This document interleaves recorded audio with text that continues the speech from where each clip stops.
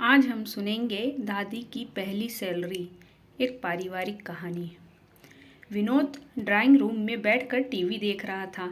मनीषा और सरला देवी दोनों किचन में थे। मनीषा बर्तन मांज रही थी, सरला देवी सुबह के नाश्ते की तैयारी में लगी थी। 9 साल की पिंकी स्कूल जाने की तैयारी कर रही थी। विनोद ने ड्राइंग रूम से ही ऊंची आवाज में कहा, मनीषा, तुम्हारा पगार आ गया है क्या? अगर आ गया है तो इस महीने में EMI तुम भर देना। मेरी सैलरी आने को अभी वक्त लगेगा। मनीषा ने किचन से ही सहमति जताई। जी जरूर भर दूंगी। इस बातचीत से पिंकी के कान खड़े हो गए, क्योंकि कल ही तो उसके स्कूल में सैलरी के बारे में सबको समझाया गया था, जिसमें बताया गया था कि हर काम के लिए एक निश्चित रकम मिलती है, जिसे सैलरी कहते हैं। इस बात की याद आते ही वह तुरंत किचन में दौड़ी। उसको ऐसे अचानक दौड़ते देख विनोद भी उसके पीछे पीछे गया। पिंकी ने अपनी दादी के पास जाकर उनसे पूछा, दादी, आपको सैलरी नहीं मिलती है क्या? विनोद और मनीषा एक दूसरे की तरफ देखकर मंद मंद मुस्काए। सरला देवी ने पिंकी को समझाते हुए कहा, बच्चा, तुम्हारे मम्मी पापा ऑफिस जाते हैं, इसलिए उन्हें सैलरी मिलती है। मैं तो घर पर ही रहती हूँ, इसलिए मुझे सैलरी नहीं मिलती। पिंकी को यह बात कुछ समझ नहीं आई, तो वह बोली, दादी, आप भी तो कितना सारा काम करती हैं। सुबह जल्दी उठकर नाश्ता बनाना, खाना बनाना, पूरे घर की साफ सफाई करना, कपड़े धोना, मुझे ट्यूशन पढ़ाना और बाजार जाकर राशन लाना और तरकारी लाना, और भी पता नहीं क्या क्या। आपके इन्हीं सभी कामों की वजह से तो पापा और मम्मी निश्चिंत होकर काम पर जा पाते हैं, और मैं भी स्कूल में अच्छे नंबरों से पास हो पाती हूँ। तो क्या इन कामों की कोई वैल्यू नहीं है? पिंकी की बातें सुनकर कुछ पलों के लिए सब शांत हो गए। 9 साल की एक छोटी सी बच्ची जो सोच रही थी वह गलत नहीं था। विनोद और मनीषा के पास इसका कोई जवाब नहीं था, मगर सरला देवी के पास था। वह बोली, किसने कहा मुझे सैलरी नहीं मिलती?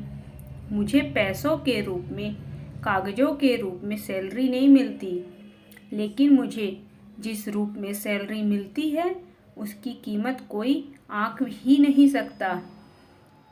मैं घर की जिम्मेदारी संभालती हूँ, तो मुझे तुम्हारी मम्मी एक दोस्त के रूप में मदद करती है। तुम्हारी मम्मी की दोस्ती मेरे लिए वह सैलरी है। मुझे पैसों की ज़रूरत होती है और मैं तुम्हारे पापा को बोलती हूँ, तो बिना यह जाने कि मैं उनका क्या करूँगी, वह मुझे झट से पैसे निकाल कर दे देते हैं।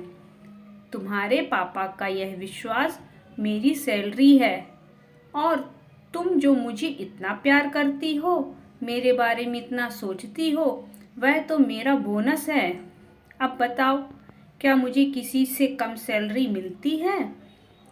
दादी की बातें सुन पिंकी खुश होकर दादी के गले से लगते हुए बोली, अरे वाह दादी, आप तो बहुत अमीर हैं। सबके चेहरों पर बड़ी मुस्कान आ गई।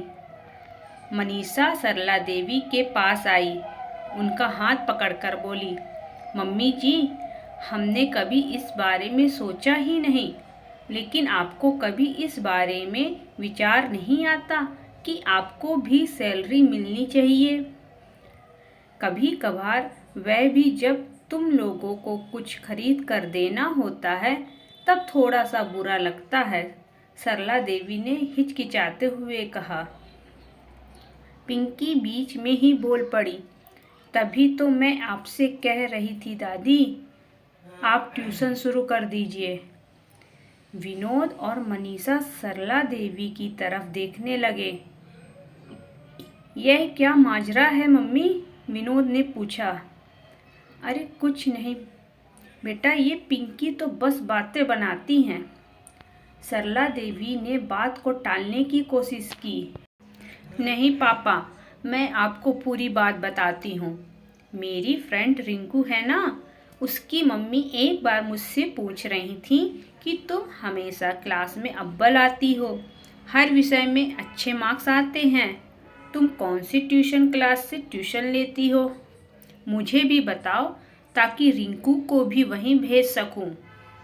जब मैंने उनसे कहा कि मुझे तो मेरी दादी ही पढ़ाती है तो उन्हें बहुत आश्चर्य हुआ। फिर अगले दिन वह हमारे घर ही आ गई थी और दादी से मिलकर उन्हें रिंकू और उसके साथ 3-4 और बच्चों को ट्यूशन देने के लिए कह रही थी। लेकिन दादी ने मना कर दिया।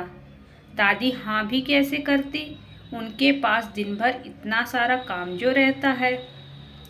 पिंकी ने सारी बात खुलकर कही।